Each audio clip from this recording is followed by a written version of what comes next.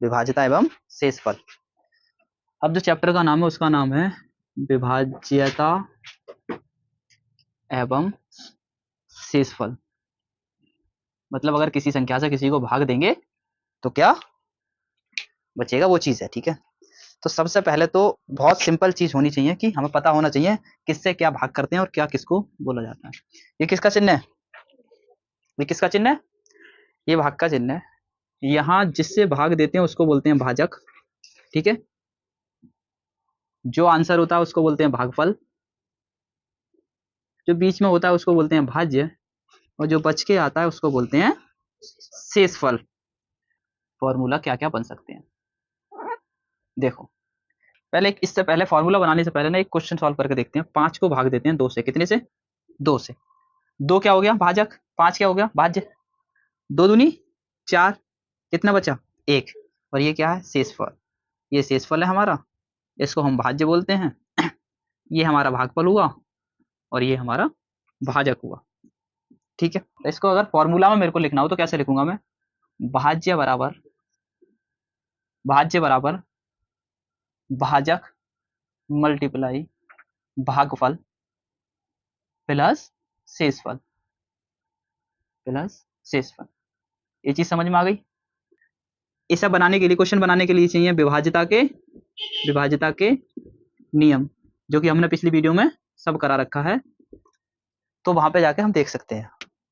अब तुमसे क्वेश्चन ऐसा पूछेगा कि 17 की पावर 300 है, कितना 300, कितना है, इसको भाग करना है किससे 18 से, किससे, मैं 3 की पावर 4 लिख देता हूँ, क्या 4। ठीक है, और मैं भाग दे रहा हूँ 4 से, किससे 4 से भाग कर रहा हूँ, किससे 4 से भाग कर रहा हूँ। तो ये है कि क्या बचना चाहिए, क्या शेषफल आएगा, उस चीज पे ध्यान देते हैं। देखो ध्यान दो, इससे ये कितना ज्यादा है, एक ज्यादा है। अगर मैं ऐसे लिखूं 3 की पावर को सिंपल यूं करके तो कितना आएगा 81, और 81 को मैं 4 से भाग कर रहा हूं तो कट कटा के 20 चौक 80 80, एक बचा। शेषफल क्या बच रहा है हमारा, एक बच रहा है। अगर मैं 3 की पावर 2 हूं और फिर कहूंगी 4 से भाग करना है, किससे भाग करना है 4 से, 9 को 4 से भाग करूंगा तब भी शेषफल कितना बच रहा है 1। इसको हम क्या माने x, क्या माने, और इसको क्या माने हम n, क्या n। ध्यान देना हम भाग किससे कर रहे हैं, भाग किससे दे रहे हैं, कर रहे हैं x प्लस 1 से। ये बात समझ में आई या नहीं आई, बस इतना समझो, x प्लस 1 से कर रहे हैं। x की वैल्यू तो यहाँ पे 3 है, यहाँ पे 3 प्लस 1 हो गया, यहाँ तक समझ में आ गया। अगर ये कर रहे हैं तब, अगर सम संख्या हो, क्या हो n, अगर सम हो n सम हो तब शेषफल आएगा 1, क्या आएगा 1।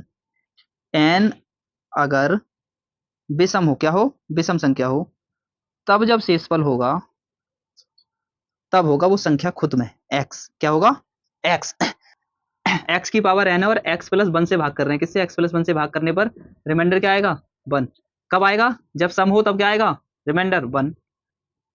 x की पावर n को जब ऑड होगा तब रिमाइंडर आएगा खुद x, किससे भाग करने पर x प्लस 1 से। ठीक है, अब देखो क्वेश्चन लो, 17 की पावर 300 भाग कर रहे हैं हम 18 से, मतलब 17 प्लस 1 से, तो रिमाइंडर क्या आएगा 1। ठीक है, 17 की पावर 300 1 है, कितनी 1। अब 18 से भाग कर रहे हैं मतलब x प्लस 1 से, मतलब 17 प्लस 1 से, तब रिमाइंडर क्या आएगा 17। आगे ये बात समझ में।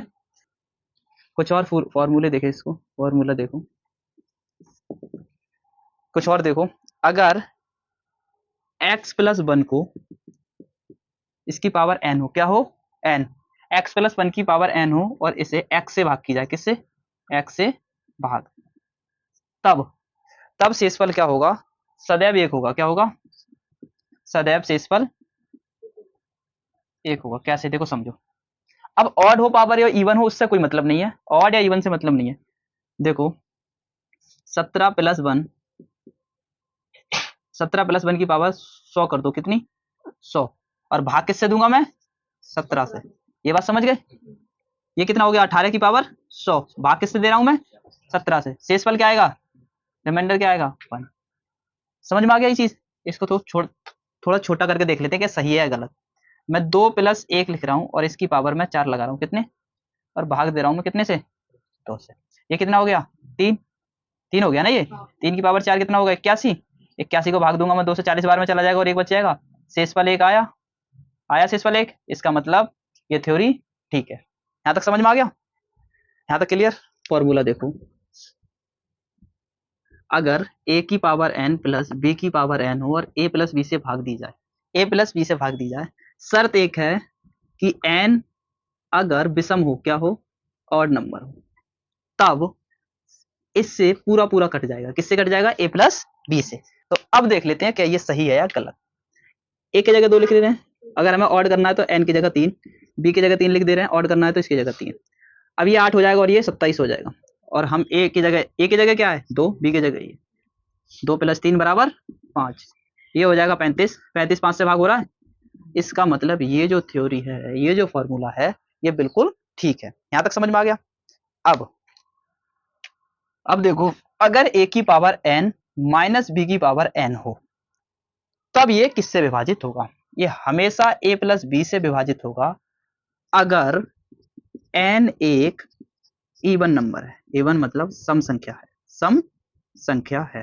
तब a की जगह मैं मान लेता हूं 2, b के a की जगह मानो तुम 3, कितना, a की जगह 3, b की जगह 2, और n की पावर कितनी चढ़ानी है मुझे, इवन। इवन का मतलब 2 2 चढ़ा दो, कितना 2 2, ये हो जाएगा, ये हो जाएगा 9 और ये हो जाएगा 4, 5 बचा। और a प्लस बी जोड़ के कितना हो जाएगा 5, 5 से 5 कटा तो 1, 5 से 5 कटा तो पूरा पूरा डिवाइड हो गया, पूरा पूरा डिवाइड। 5 से 5 कट गया तो पूरा पूरा डिवाइड हो गया। इसका मतलब ये भी थ्योरी ठीक है, ये सब सदैव होगा।